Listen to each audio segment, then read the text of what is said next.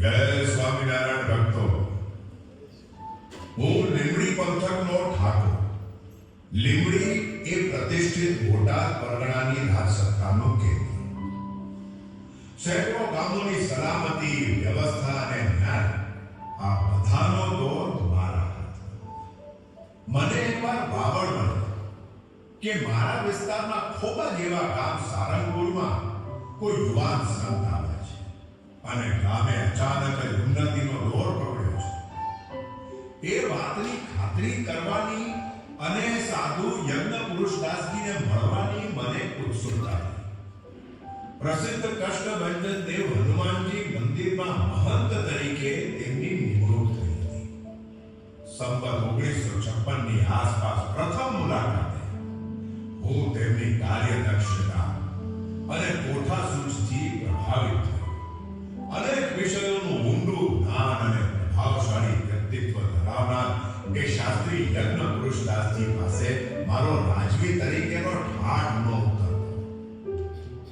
તેમની દેખરેખ નીચે કષ્ટભંજન દેવ મંદિરનો જીર્ણોદ્ધાર, સત્સંગનો વ્યાપ, યાત્રાળુઓ ભક્તોની સુવિધાઓ, અવરજવર વગેરેમાં પ્રગતિ મેં નજરે જોઈ. એ બધું તો ખરું, એ તો એમનો ઉપર છેલ્લો પરિચય કહેવાય. પણ મારે આજે તેમના વ્યક્તિત્વની બીજી એક વિશેષતા કહેવી છે, જેને લઈને તેમના જીવન અને કાર્યની સ્પષ્ટતા મળી. થોડા વર્ષો પછી શાસ્ત્રીજીએ સારંગપુરમાં એક મોટા મંદિરના નિર્માણનો સંકલ્પ કર્યો. એ વખતે તેઓએ અલગ સંસ્થા સ્થાપી હતી અને ઘણા સંઘર્ષોનો સામનો કરતા હતા તેણે સાંભળ્યું. પરંતુ એક સત્તાધીશ તરીકે મંદિર માટે 24 એકર મોકાની જમીન આપવામાં મને સંકોચ ન થયો, કેમ કે તેમની કર્તવ્ય પરાયણતામાં મને વિશ્વાસ હતો. જેમ જેમ મંદિરનું કામ વધતું ગયું તેમ તેમ કેટલાક વ્યક્તિઓએ તેના વિરોધમાં મારા કાનમાં જુદા જુદા શબ્દો નાખ્યા. એમ ગુણકારી ઔષધ ગણવું હોય તો ભોગકારી વ્યંજન સ્વાદિષ્ટ હોય તે પણ જાણી રાખવું પડે ને.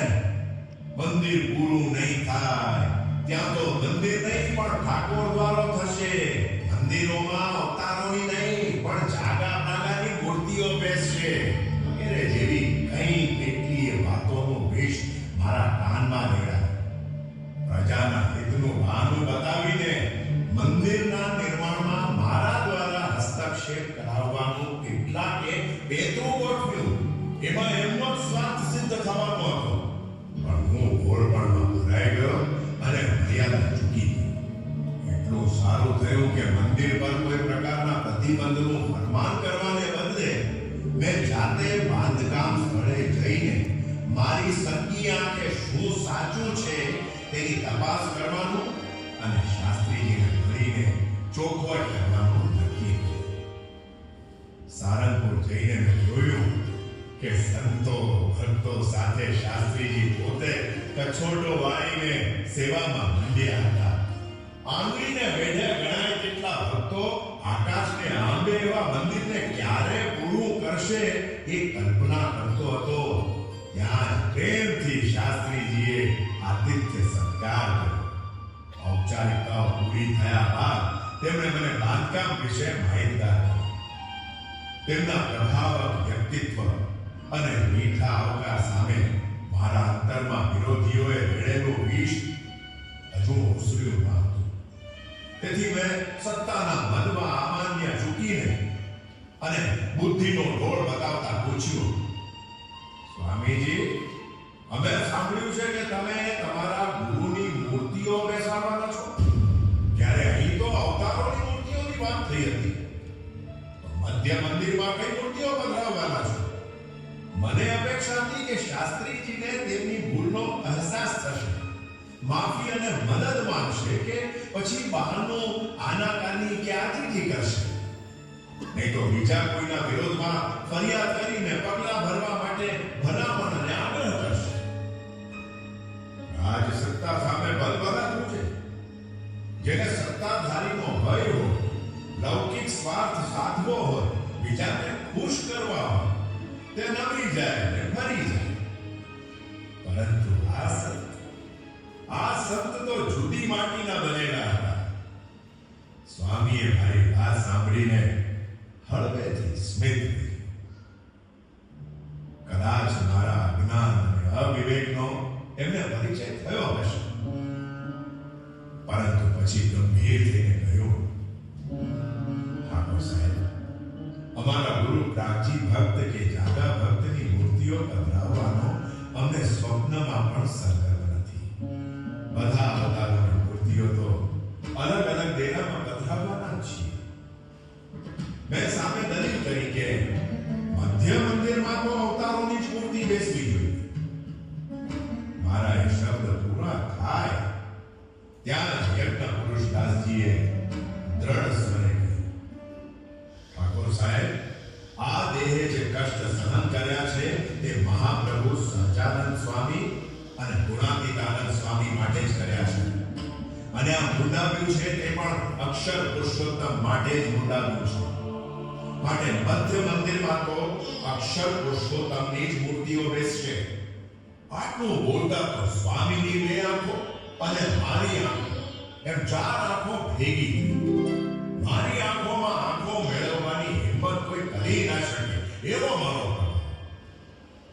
પણ એ દિવસે સ્વામીની આંખોમાંથી નીતરી રહેલા એ તેજનો વર્ણન હું શું કરું? જાણે અધ્યાના સૂર્ય સામે દીવો.